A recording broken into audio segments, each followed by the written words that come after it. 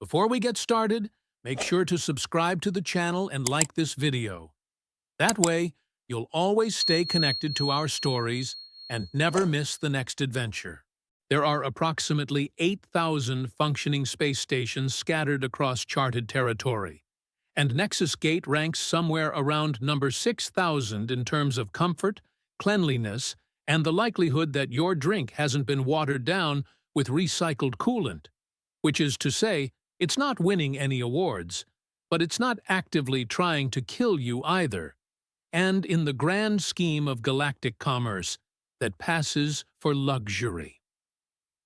The station squats at the edge of known space like a rusty barnacle clinging to the hull of civilization, all jutting docking arms and mismatched modules bolted together over the course of 3 centuries by whoever happened to have spare parts and questionable welding skills.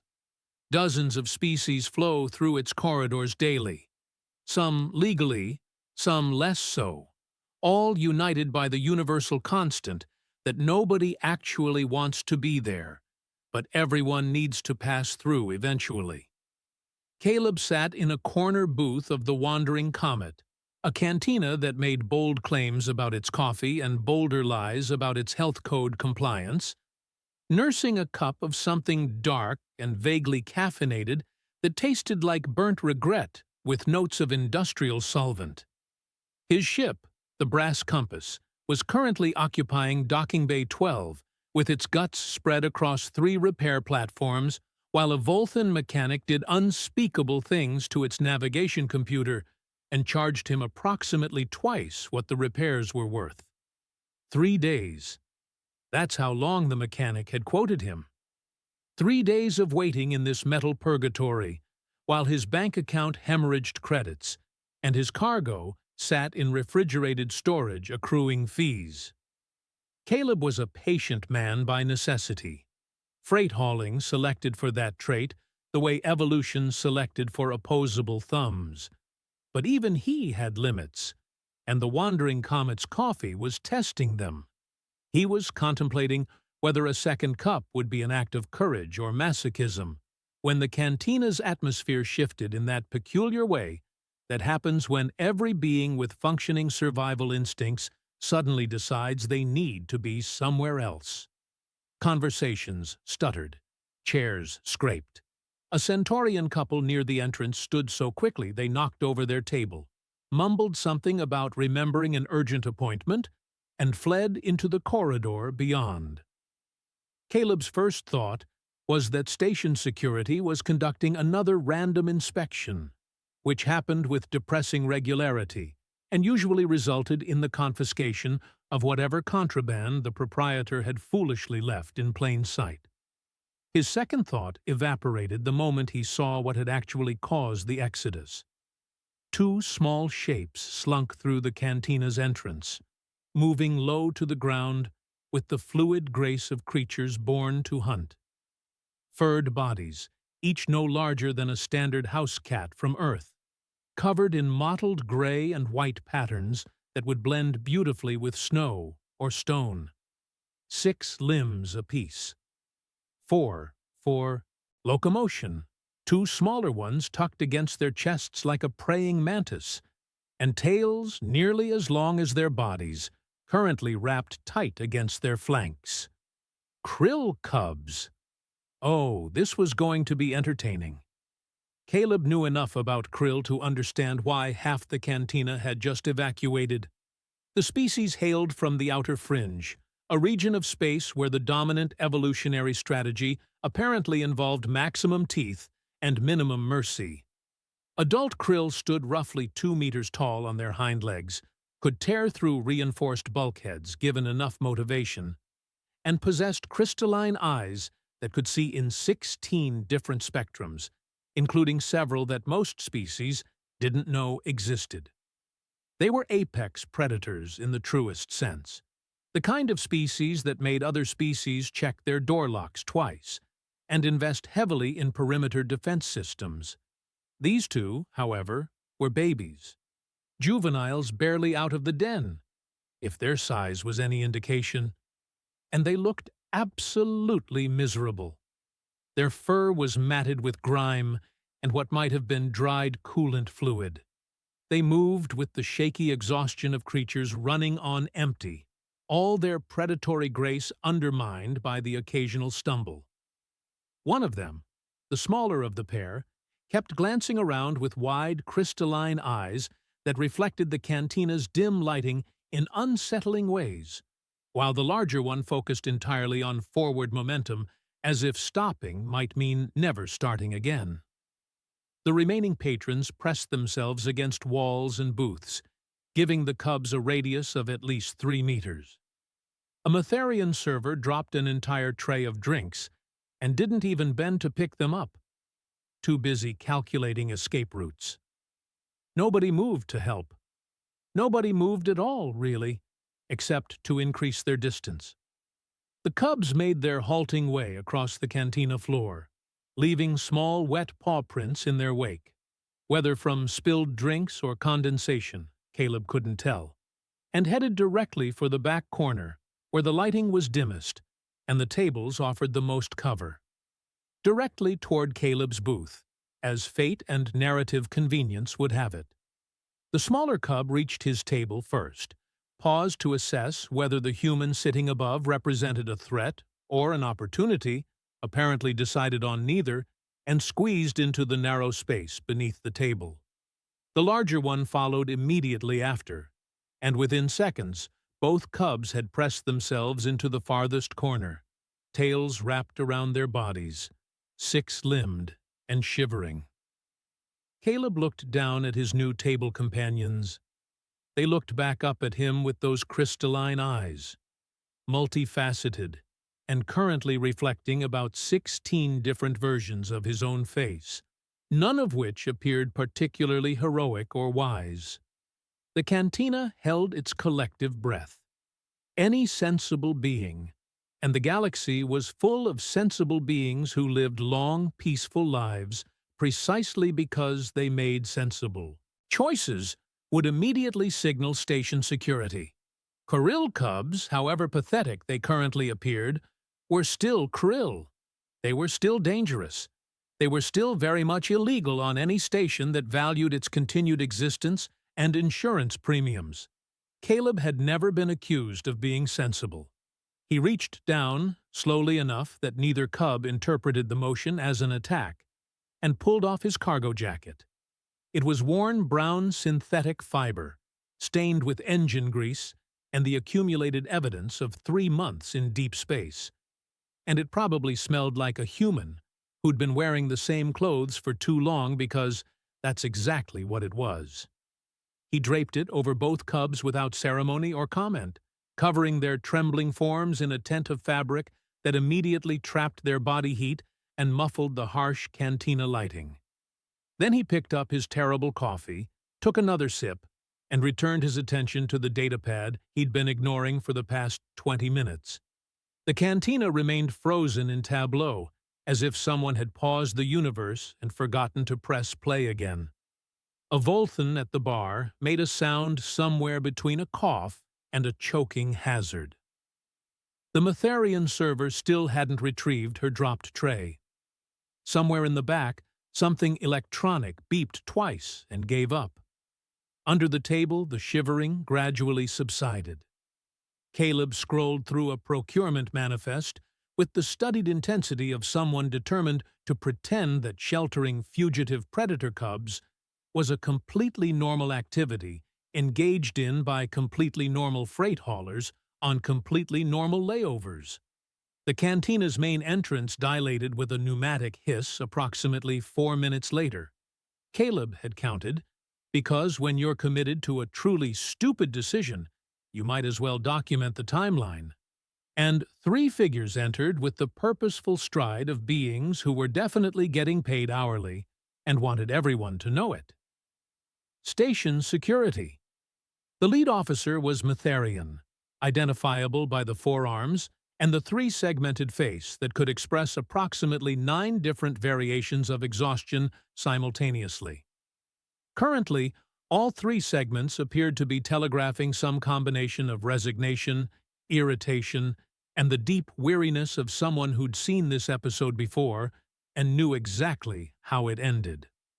"Right," the officer said, his voice carrying the peculiar harmonic quality of Metherian speech, like three people talking in unison but slightly out of sync.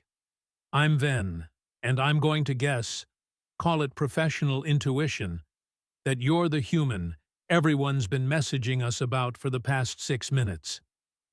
Caleb glanced up from his datapad with the practiced innocence of someone who'd been stopped by customs approximately 300 times and knew that acting guilty just made everything take longer. "I'm a human," he agreed. "Can't speak to what everyone's been messaging about. Could be anything. Could be the coffee. Should probably be the coffee, honestly."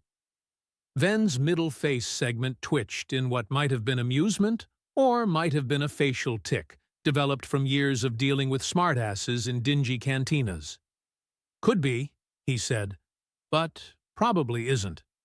Mostly because 2 krill cubs were spotted entering this establishment approximately 11 minutes ago, and according to approximately 15 different eyewitness accounts, they went directly to your table and haven't been seen since." "Huh," Caleb said, taking another sip of his drink. "Weird."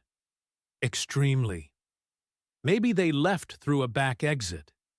"There isn't a back exit." "Maybe they're very small and nobody noticed them leave through the front."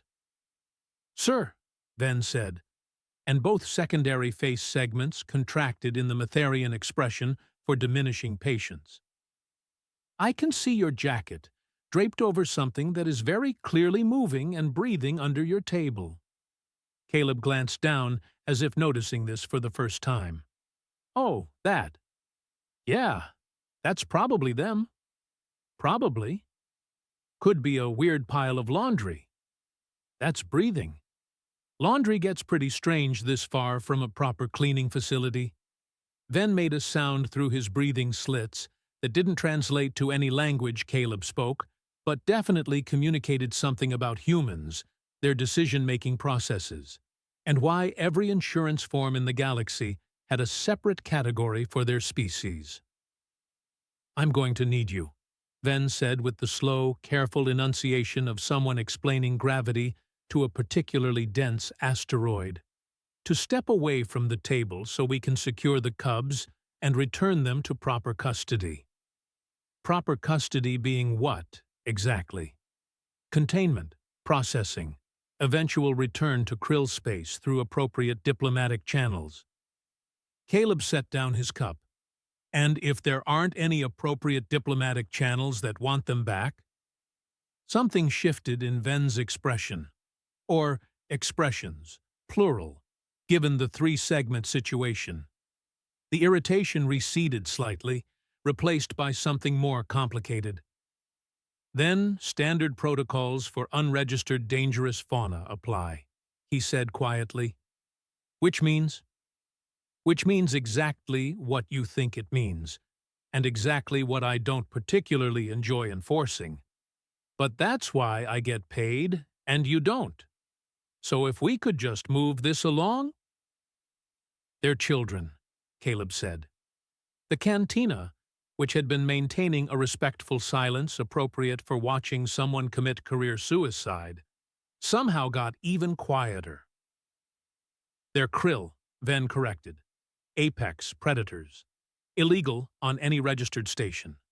And currently your problem for approximately the next 30 seconds before they become my problem, which I really, genuinely, from the bottom of all 3 of my face segments, do not want them to be."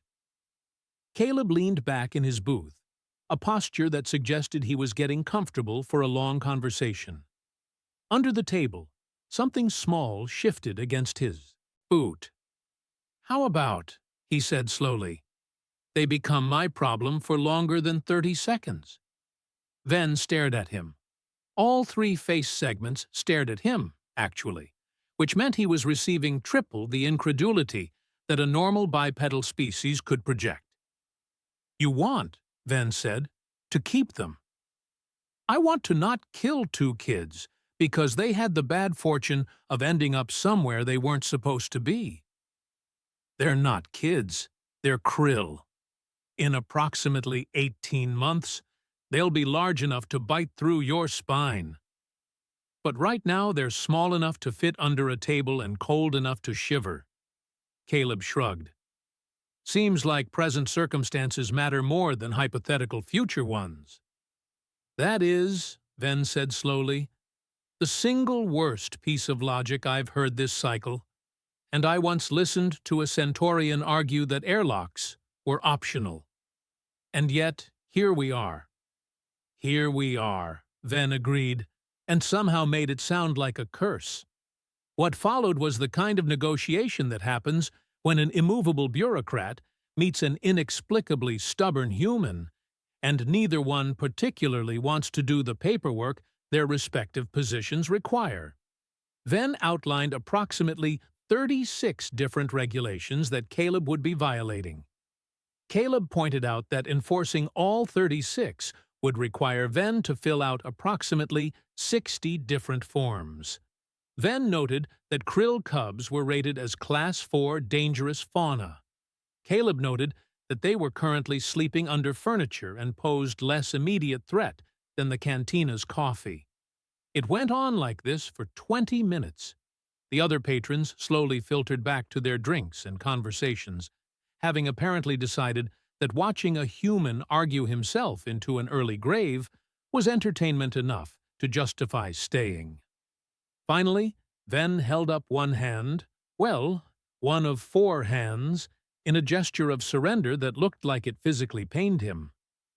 "Fine," he said. "Fine. I will process the paperwork. I will note your insanity in the official record. I will mark these cubs as remanded to your custody pending proper diplomatic resolution, which will never actually happen, because no krill official is going to claim abandoned cubs from a smuggling ring. And when they inevitably grow large enough to eat you, I will not say I told you so, because I will be too busy processing the incident report." "Appreciate it," Caleb said sincerely. "I need you to sign approximately 15 digital waivers acknowledging that you understand the risks, accept all liability, and absolve the station of any responsibility when this inevitably goes wrong." "Sure." "I need your ship registration, your cargo manifest, your commercial hauling license, and your personal identification." "Got it." "And I need you to acknowledge, on record, that you are making this choice of your own free will and not under any duress or influence of controlled substances." Caleb glanced at his coffee. "Does this count as a controlled substance?" "At this point, I genuinely don't care." Ven produced a datapad from somewhere within his uniform and thrust it toward Caleb. "Sign here, and here, initial here, thumbprint here, genetic marker authorization here. Yes, it requires actual genetic material. Just press your thumb firmly, and the scanner will handle it. And here. And, yes, there's more. Just keep going." By the time Caleb had authenticated his way through the bureaucratic nightmare, both cubs had fallen completely asleep under the table, small sides rising and falling in the steady rhythm of exhausted children who'd finally found something approximating safety. Ven stared at them for a long moment, all 3 face segments cycling through expressions Caleb couldn't entirely interpret. "You're insane," he finally said. "Probably," Caleb agreed. "Humans are insane." "Almost certainly. This is why nobody lets you join the council." "I've heard that before." Ven tucked his datapad away and turned to leave, his 2 fellow security officers following like a particularly tired honor guard. At the entrance, he paused and looked back. "For what it's worth," he said quietly. "Good luck." Then they were gone, and Caleb was alone in a mediocre cantina with terrible coffee, 3 days until his ship was repaired, and 2 apex predators sleeping under his table. He finished his drink. All things considered, he'd had worse layovers. The thing about bureaucracy is that it loves questions right up until the moment you actually ask one. Then suddenly, everyone remembers urgent appointments and discovers fascinating reasons to be elsewhere. Caleb asked his question, "Why are they here alone?" and watched Ven's entire posture shift from resigned cooperation to active avoidance. All three face segments did this synchronized flinch that would have been impressive if it wasn't so obviously a precursor to getting absolutely zero useful information. "That's," Ven said carefully, "not really relevant to the custody transfer." "Seems pretty relevant to me. Two cubs don't just materialize on a station. They came from somewhere. Someone brought them." "Again, not relevant to, and someone abandoned them, which means someone committed about a dozen crimes I can name off the top of my head, and probably 60 more I'd need to check the legal database for." Caleb leaned forward slightly, not enough to be aggressive, but enough to make it clear he wasn't dropping this. "So, why are they here alone?" Ven's breathing slits fluttered in the Matherian equivalent of a heavy sigh. He glanced at his two fellow officers, both of whom suddenly found the cantina's ceiling architecture absolutely fascinating. "Smugglers," Ven finally said. "Exotic animal trafficking ring. Station security busted them 8 days ago in Docking Bay 23. Big operation, too. They had 16 different species crammed into modified cargo containers, most of them sedated, all of them headed for private collectors in the inner systems." Caleb felt something cold settle in his stomach. "And the cubs?" "Were part of the cargo. Still in their eggs, actually. The smugglers had them in a temperature-controlled incubator, probably planning to hatch them in transit and sell them as tamed exotics." Ven made a gesture with two of his hands that suggested exactly what he thought of that plan. Except the bust went sideways. The smugglers fought back. Someone hit the wrong control panel during the firefight, and approximately half the cargo containers opened simultaneously. Chaos. Understatement. We had a Centaurian maze runner loose in the ventilation system for 3 days. A breeding pair of Antillean crystal bats took up residence in the station's main atrium and refused to leave. And 2 krill eggs rolled into a maintenance shaft, where apparently the temperature was just right for them to hatch naturally. Under the table, one of the cubs, the smaller one, made a soft chittering sound in her sleep. Caleb glanced down briefly, then back at Ven. "And nobody noticed 2 apex predators hatching on the station?" "Oh, we noticed," Ven said flatly. "We noticed when they emerged from the maintenance level and started stealing food from cargo shipments. We noticed when they chewed through a power coupling in Sector 12 and knocked out lighting for 6 hours. We definitely noticed when they somehow bypassed 3 separate security checkpoints and made it into the residential district. But you couldn't catch them. Juvenile krill are fast, clever, and small enough to fit through gaps you wouldn't think physically possible. We tried tranquilizer nets. They dodged them. We tried motion sensors. They learned the patrol patterns and avoided them. We tried baiting them with food. They took the food and vanished before anyone could respond." Ven's middle face segment contracted in what might have been grudging respect. "They've been surviving in the station infrastructure for 6 days on pure instinct and apparently limitless nerve." Caleb processed this. 6 days. These cubs had been alone, terrified, and hunted for 6 days. No wonder they looked half dead from exhaustion. "The smugglers," he said. "Where are they now?" "Detained in the station brig, awaiting transfer to a proper judicial facility. They'll face charges in about 9 different jurisdictions. It's going to be a nightmare of interstellar law for the next 2 cycles at minimum." "And the other animals from the bust?" "Returned to their respective home territories where possible. euthanized when their species posed too great a risk or had no viable habitat to return to. Ven's voice flattened on that last part, all three face segments carefully neutral. Standard protocol. Which would have applied to the cubs? Which would have applied to the cubs, Ven confirmed. If you hadn't decided to adopt them like some kind of... He stopped, apparently deciding that finishing that sentence wouldn't improve anyone's day. Caleb leaned back, processing. The cubs were stolen before they'd even hatched. Raised in captivity.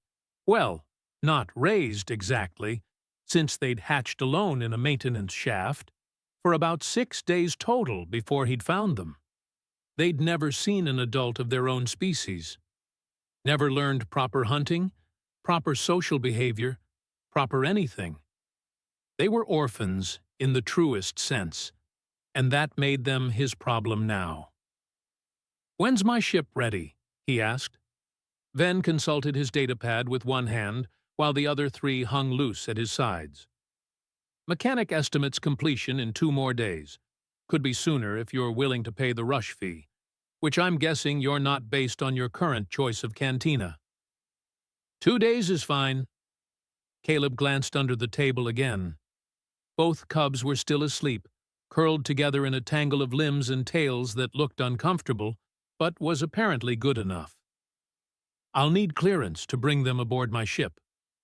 "Already processed. The moment you signed those waivers, they became registered as your responsibility. You can take them wherever you want, do whatever you want with them, and if they eat you in your sleep, that's between you and whatever insurance policy covers acts of supreme stupidity. Appreciate the vote of confidence. I'm not here to provide confidence.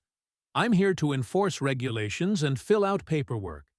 And thanks to you, I now have approximately 18 hours of the latter ahead of me." Ven tucked away his datapad and turned to leave, then paused. "Fair warning. News travels fast on this station. By morning, half the galaxy's going to know a human took custody of 2 krill cubs. You might want to prepare for that." "Prepare how?" "I don't know. Therapy? A solid alibi? A will?" Ven's 3 face segments all shifted into what might have been a smile, if Metharians smiled, which they didn't, so it just looked vaguely unsettling. "Good luck, Caleb. You're going to need approximately all of it." Then he was gone, and Caleb was left alone with his cooling coffee, his terrible life choices, and 2 sleeping predators who'd just become his responsibility for the foreseeable future. He finished his drink. The cantina had returned to its normal ambient noise level. Conversations, the clink of questionable beverages, the background hum of life support systems that sounded slightly strained, and nobody was paying him particular attention anymore. The novelty of watching a human make catastrophically poor decisions had apparently worn off. Under the table, the larger cub shifted in his sleep, one small paw extending out from beneath the jacket to rest against Caleb's boot. 2 days until his ship was ready. 2 days to figure out how to care for 2 beings whose species was designed by evolution to be perfect killing machines. 2 days before the galaxy decided to weigh in on his choices. Caleb pulled out his datapad and started researching krill dietary requirements, habitat preferences, and behavioral patterns. He had a feeling those 2 days weren't going to be nearly enough. The brass compass had seen better decades, plural, because 1 decade of wear and tear would have been merciful, and the universe wasn't known for mercy. She was a mid-range freight hauler, the kind of ship that corporations bought in bulk, and independent operators acquired third-hand after the warranties had expired and the original hull plating had been replaced at least twice. Caleb loved her anyway, in the way you love anything that hasn't killed you yet, despite having multiple opportunities. The cubs were less certain. They'd followed him from the cantina to the docking bay with the hesitant wariness of creatures who'd learned that trusting anything was a gamble with poor odds. The smaller one, Caleb had started thinking of her as Whisper, though he'd never say it out loud because naming things made them permanent, kept stopping to check behind them as if expecting pursuit.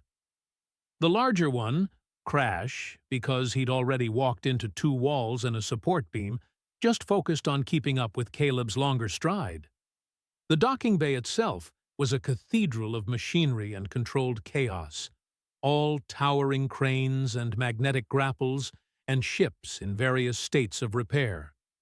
The brass compass occupied Bay 12 like a patient waiting for surgery, her hull panels removed in strategic locations, while Vulcan technicians swarmed over her innards with tools and probably undeserved confidence.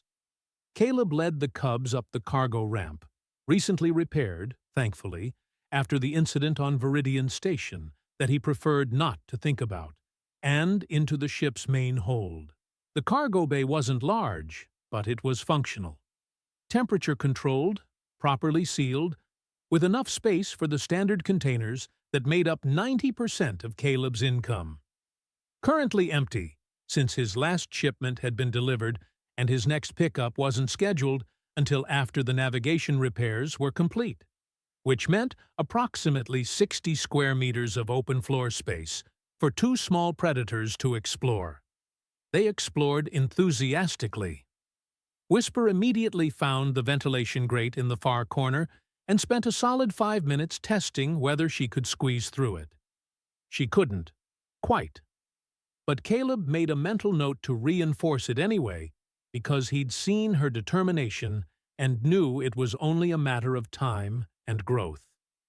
Crash discovered the cargo netting stored along one wall and decided it was the most interesting thing he'd ever encountered. Within 30 seconds, he'd climbed it. Within 60 seconds, he'd tangled himself in it. Within 90 seconds, he'd fallen from it with a yelp that echoed through the entire bay and brought 2 Vulcan mechanics running to investigate. Caleb waved them off with an apologetic gesture and the kind of embarrassed smile that communicated, "Yes, those are krill cubs. No, I don't want to discuss it. Please return to fixing my ship." He set up a corner of the bay with thermal blankets. Actual thermal blankets this time, not his jacket, which he'd like back eventually, and a portable heating unit borrowed from the ship's emergency supplies. Water dispenser in one corner. Food synthesizer programmed to produce high-protein compounds with the texture and approximate nutritional content of fresh meat. Because krill were obligate carnivores, and feeding them anything else would be both cruel and probably end badly for everyone involved. The cubs approached the food with suspicious caution, as if it might explode or demand payment. Whisper sniffed it extensively before taking a tentative bite. Crash just dove in face first and didn't come up for air until he'd consumed approximately his own body weight in synthetic protein. Then they both looked at Caleb with those crystalline eyes, reflecting his face back at him in multifaceted patterns that made him look like he had 16 identical twins, all equally confused about their current situation. "You're welcome," he said, which felt appropriate even if they couldn't understand him. Whisper tilted her head in a gesture that might have been acknowledgement or might have been deciding which part of him to bite first, if this turned out to be a trap. Crash belched. The galaxy, Caleb reflected, had a sense of humor. News traveled faster than light, or at least traveled at the speed of gossip networks, which amounted to the same thing in practical terms. By the time the station's chronometer rolled over to the next cycle, Caleb had 16 unread messages from acquaintances, colleagues, and at least 3 beings he was fairly certain he'd never met. Most of them wanted to know if he'd lost his mind. One wanted to know if he'd accept payment for interviews. 2 wanted to offer advice on krill husbandry, which would have been touching if one of them wasn't clearly trying to sell him a subscription service for exotic animal care guides. And this one made him pause, was a formal communication request from Ambassador Kim Nara of the Krill Diplomatic Corps. Caleb stared at the message header for a solid minute, wondering if ignoring it was an option. The universe answered that question by pinging him with a second message marked urgent, then a third marked extremely urgent, then a fourth that just said, "Please respond," in 15 different languages, including 2 he didn't recognize. He accepted the connection. The holographic projection materialized above his communication console in the ship's small cabin, because the Cubs had already claimed the cargo bay as their territory, and he wasn't about to conduct diplomatic negotiations while Crash chewed on his boots in the background. Chimnara was tall, even for a krill. She stood easily 2 meters on her hind legs, her gray and white fur immaculately groomed, all 6 limbs positioned in what Caleb's research suggested was a formal diplomatic posture. Her crystalline eyes caught the cabin's lighting and refracted it into patterns that made his head hurt if he looked too long. "You," she said without preamble, "are either the bravest human I have encountered or the most foolish. I have not yet determined which." "Probably the second one," Caleb offered. "You took custody of 2 krill cubs, juveniles of a species classified as dangerous fauna across 60 different jurisdictions. Beings who will grow to be apex predators capable of dismantling starship hulls with their bare claws." She leaned forward slightly, a gesture that made her appear even larger in the holographic projection. "Why?" "They were cold." Kimanara blinked, a slow, deliberate motion that involved multiple eyelid membranes closing in sequence. "That is your reasoning? They were cold. And alone. And nobody else was helping. So yeah, that's the reasoning. You understand that within 18 months, those cubs will be large enough to pose a genuine threat to your safety? I've got 18 months to figure that out. You understand that krill young require specific dietary needs, environmental conditions, and social structures that you cannot possibly provide? I've got a food synthesizer, a heating unit, and I'm a quick learner. You understand?" Chimnara stopped, her 4 locomotion limbs shifting in what Caleb's increasingly extensive research suggested was profound confusion. "You are not taking this seriously." "I'm taking it very seriously. I'm just not taking it anxiously, which I think is what you're expecting." "I am expecting," the ambassador said slowly, "a human to recognize when they have made a catastrophically poor decision and require assistance from beings with actual expertise. Are you offering to take them?" The question hung in the holographic space between them. Chimnara's crystalline eyes reflected Caleb's face in patterns that shifted with each small movement of her head. "No," she finally said. "Why not?" "Because they were stolen as eggs, taken from their clan before hatching.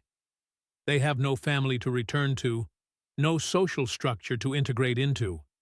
In krill culture, orphaned cubs with no clan affiliation are—" She paused, searching for words. "Problematic." "Problematic how?" "Problematic in that we have no established protocols for reintegrating them. They would be outcasts, clanless, which in krill society is a fate often considered worse than death." Caleb absorbed this information with the kind of cold clarity that comes from realizing you've stumbled into something far more complicated than you initially understood. "So they stay with me," he said. "So they stay with you," Chimnara agreed, and somehow made it sound like a death sentence and an acknowledgement of respect simultaneously. "The cubs have chosen.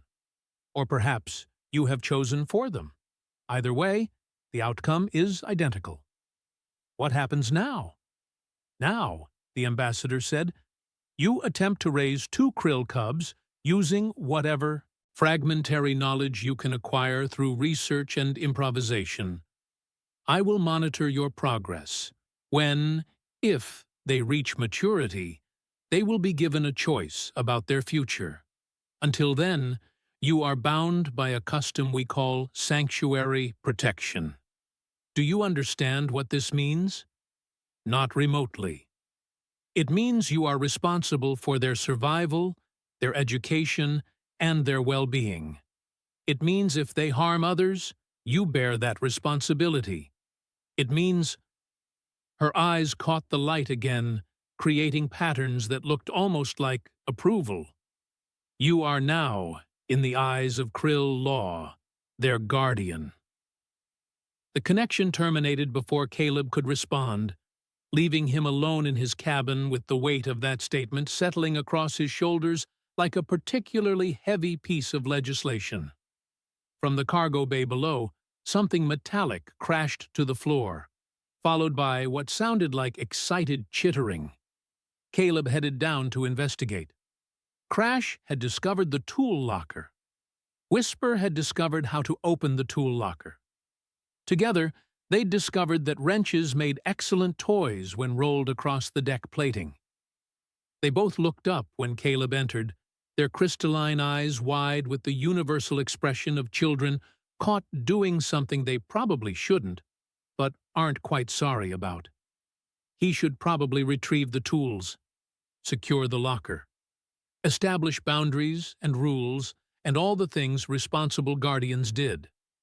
Instead, he sat down against the far wall and watched two apex predators bat a wrench back and forth with the concentrated intensity of beings discovering play for the first time in their short lives. 18 months, he thought. This was going to be interesting. The brass compass departed Nexus Gate on schedule, navigation computer freshly repaired, and bank account substantially lighter. Caleb filed a flight plan for the Antares sector, standard mining colony supply run, nothing exciting, and then quietly amended the route to pass through the outer fringe. Nobody questioned it. Freight haulers changed routes constantly based on fuel prices, cargo opportunities, and whims of fate. One human detouring through Krill territory barely registered on the cosmic scale of strange decisions. The Cubs adapted to ship life with the kind of resilience that comes from having no other choice. They learned the rhythm of the engines, the cycling of the life support systems, the particular creak the deck plating made when someone walked through the cargo bay at 0300 hours. Whisper figured out the artificial gravity generators within 2 days and spent an entire afternoon testing whether she could climb on the ceiling if she positioned herself correctly near the field emitters. She couldn't, but she tried with such focused determination that Caleb couldn't help but be impressed. Crash discovered that the ship's small galley contained a food storage unit that, while locked, was not locked well enough to prevent a motivated juvenile Kurill from prying it open using claws and leverage and what appeared to be pure spite. Caleb returned from a routine systems check to find him surrounded by approximately 12 ration packs, all opened, most partially eaten, and one somehow wedged on his head like a bizarre helmet. They destroyed his second favorite pair of boots, then his third favorite pair, then a cargo strap he'd been using for the better part of 6 seasons. The ship's maintenance log began to read like a damage report from a small, localized war. But they also started responding to his voice. Started waiting by the cargo bay door when they heard his footsteps approaching. Started. And this was the part that caught him off guard. Mimicking his gestures when he worked on routine repairs. When he ran diagnostic checks on the main console, both Cubs would sit beneath it, just like they'd sat beneath that cantina table. When he ate his meals in the galley, they'd position themselves nearby, not begging, but present. When he slept in his cabin, they'd settle just outside the door, small forms pressed against the frame as if standing guard. or maybe just wanting to be close. It was hard to tell with apex predators. The outer fringe materialized on his navigation display after 8 days of travel. Caleb sent standard hailing frequencies to the nearest krill colony, a settlement called something that his translator rendered as "stone that cuts wind," but probably sounded more poetic in the original language. The response came within an hour. Coordinates for a meeting in neutral space. Standard diplomatic protocols. Bring the cubs. Caleb brought the cubs. The krill vessel was sleek and dangerous-looking, all sharp angles and weapon ports that weren't technically aimed at him, but weren't technically not aimed at him either. 3 krill representatives boarded the brass compass via docking tube, moving with the fluid grace of their species. They were polite, professional, and absolutely disinterested in the cubs as individuals. Genetic markers indicate noble lineage, the lead representative said, consulting a datapad with one of her smaller limbs, while the locomotion limbs kept her positioned in a stance that radiated authority. Clan affiliation suggests high-value breeding stock. These cubs should return to krill space immediately for proper socialization and training.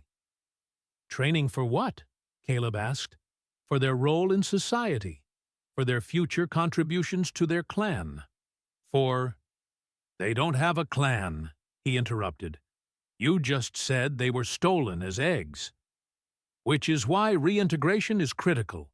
Without proper clan structure, they will never achieve their potential." Whisper and Crash sat behind Caleb, pressed against his legs. Their claws were hooked into his pants, his last remaining decent pair, and neither showed any inclination to approach the representatives. "They've made their choice," Caleb said quietly. "They are juveniles. They cannot make binding choices. And yet, they're making this one." The representative's crystalline eyes narrowed, multifaceted surfaces catching the cargo bay lighting. "You cannot possibly provide what they need. You are not krill. You do not understand our culture, our traditions, our ways."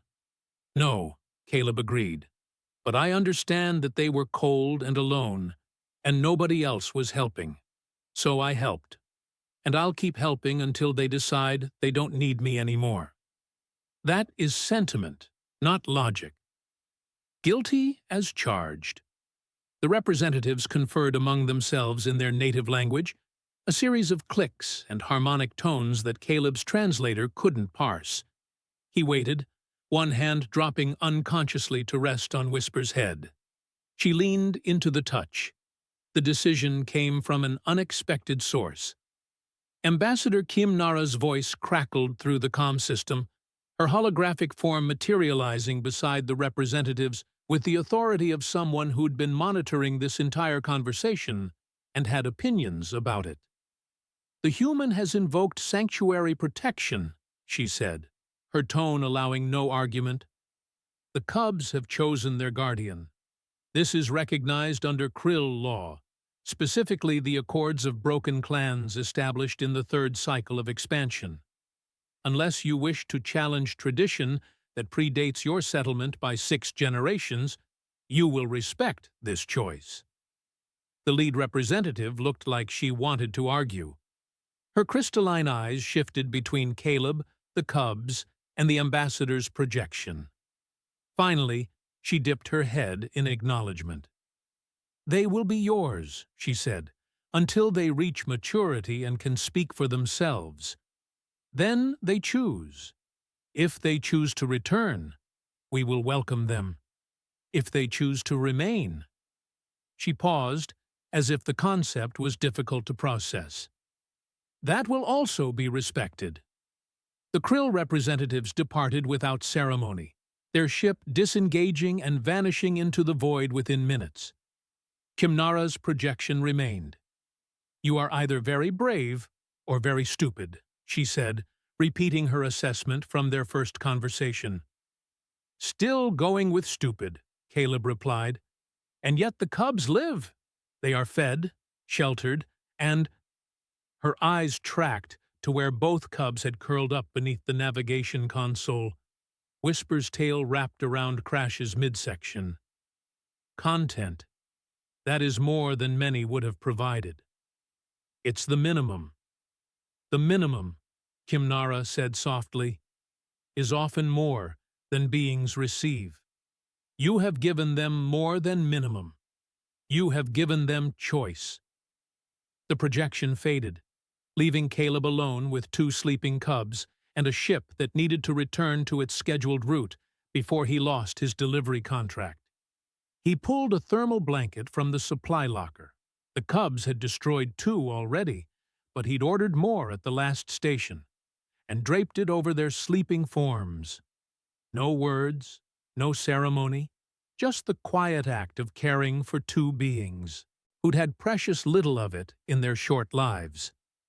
6 months later, the brass compass continued its routes through charted space. The cubs were larger now, nearly the size of medium dogs, and significantly more destructive. Whisper had learned to bypass 3 different types of security locks. Crash had learned that human shoulders made excellent perches, regardless of whether the human was prepared for 60 pounds of apex predator to suddenly appear there. Caleb's insurance premiums had increased substantially.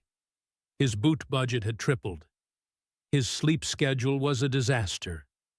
And when the ship's lights dimmed for the night cycle, 2 krill cubs curled beneath his navigation console, warm and safe and alive, and that was enough.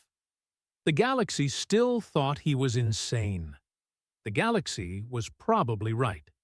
But somewhere in the cold vastness of space, 2 orphaned predators had found something resembling home, and 1 human freight hauler had discovered that sometimes the best decisions are the ones that make absolutely no sense at all. The ship hummed. The cubs slept. The stars turned overhead in their ancient patterns. And life, complicated and messy and utterly imperfect, continued anyway.